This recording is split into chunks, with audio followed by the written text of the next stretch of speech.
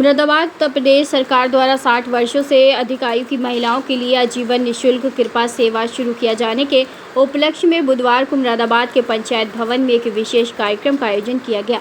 कार्यक्रम में बड़ी संख्या में महिलाओं ने भाग लिया और मुख्यमंत्री योगी आदित्यनाथ के संबोधन को सुना। रक्षाबंधन पर्व की पूर्व संध्या पर आयोजित इस कार्यक्रम में बहनों ने कैबिनेट मंत्री चौधरी भूपेंद्र सिंह सहित अन्य गणमान्य लोगों को राखी बांधकर शुभकामनाएं दी। मंत्री ने भी भारतीय परंपरा और रीति रिवाजों का पालन करते हुए बहनों को उपहार स्वरूप धनराशि भेंट की। वहीं जिला पंचायत अध्यक्ष डॉक्टर शिफाली सिंह ने जिला अधिकारी डॉक्टर राजेंद्र पेंसिया को राखी बांधी और मिठाई खिलाकर रक्षाबंधन का पर्व मनाया। इस अवसर पर कैबिनेट मंत्री चौधरी भूपेंद्र सिंह ने कहा कि प्रधानमंत्री नरेंद्र मोदी, मुख्यमंत्री योगी आदित्यनाथ की सरकार की अधिकांश जन कल्याणकारी योजनाओं के केंद्र में महिलाएं हैं। सरकार महिलाओं के सशक्तिकरण, सुरक्षा और आत्मनिर्भरता के लिए लगातार कार्य कर रही है। उन्होंने कहा कि पूर्ववर्ती सरकारों ने महिलाओं को केवल वोट बैंक के रूप में देखा है, जबकि वर्तमान सरकार महिलाओं को विकास की मुख्यधारा से जोड़ने और उन्हें आगे बढ़ाने के अनेक योजनाएं संचालित कर रही है। आज उत्तर प्रदेश की महिलाएं प्रदेश के विकास में महत्वपूर्ण और सार्थक योगदान दे रही हैं।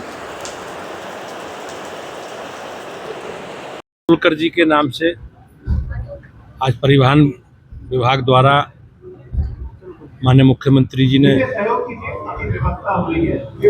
60 वर्ष से अधिक की सभी महिलाओं को निःशुल्क बस यात्रा की सुविधा दी है। निश्चित रूप से ये देश की आधी आबादी के लिए एक ऐतिहासिक क्षण है और मैं आज मुरादाबाद में हूँ। हम सब के लिए ये एक बड़ा कदम है और पूर्व की तरह 27 तारीख से 29 तारीख तक एक सहयोगी के साथ सभी बहनों को रक्षाबंधन के अवसर पर फ्री बस सेवा उपलब्ध कराई है।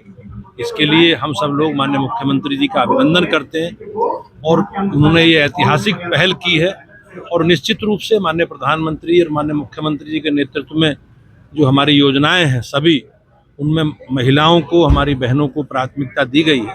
ये कहीं ना कहीं उनके सशक्तिकरण के लिए और देश और प्रदेश के विकास की यात्रा के लिए एक महत्वपूर्ण कदम साबित होगा। सर, JPNIC जो है 30 साल के लिए गवर्नमेंट ने दी है। JPNIC लखनऊ विकास प्राधिकरण के अधीन है। उन्होंने कोई निर्णय लिया होगा, लेकिन उसकी बेहतरी के लिए सरकार ने कदम उठाया है। निश्चित रूप से हम सबको इसका स्वागत करना चाहिए। कांग्रेस के लिए बहुत दिनों बाद याद आई भाजपा को ये महिलाओं के लिए 2022 में वादा किया। हमारी सरकार ने हमेशा माननीय प्रधानमंत्री जी ने, हमेशा माननीय मुख्यमंत्री जी ने हमारी जितनी भी सरकार की योजनाएं, लाभार्थी योजनाएं, उनके केंद्र में महिलाएं और देश की आधी आबादी के सशक्तिकरण के लिए, महिलाओं को सशक्त बनाने के लिए लगातार सरकार काम कर रही है। पुरानी सरकारों ने केवल महिलाओं को वोट बैंक के रूप में इस्तेमाल किया और आज महिलाओं के सशक्तिकरण के लिए, महिलाओं की सुरक्षा के लिए, महिलाओं को आत्मनिर्भर बनाने के लिए सरकार ने अनेकों योजनाएं प्रारंभ की हैं और आज महिलाएं उत्तर प्रदेश के विकास में अपना सार्थक भूमिका निभा रही हैं। इलाहाबाद हाईकोर्ट ने स्कूलों में हिजाब पहनने की याचिका को खारिज कर दिया। हम सबको कानून, हमारी कानून व्यवस्था है, हमारी न्यायपालिका है, उस न्यायपालिका में हमें सबको विश्वास है। माननीय न्यायालय का जो भी आदेश है उस न्यायालय के आदेश का हम सम्मान करते हैं। वन नेशन वन इलेक्शन की बात हो रही है। JPC के जो अध्यक्ष हैं वो कह रहे हैं 29 वन नेशन वन इलेक्शन। अब ये तो संवैधानिक व्यवस्था है, JPC बता सकती है, लेकिन देश के हित में है।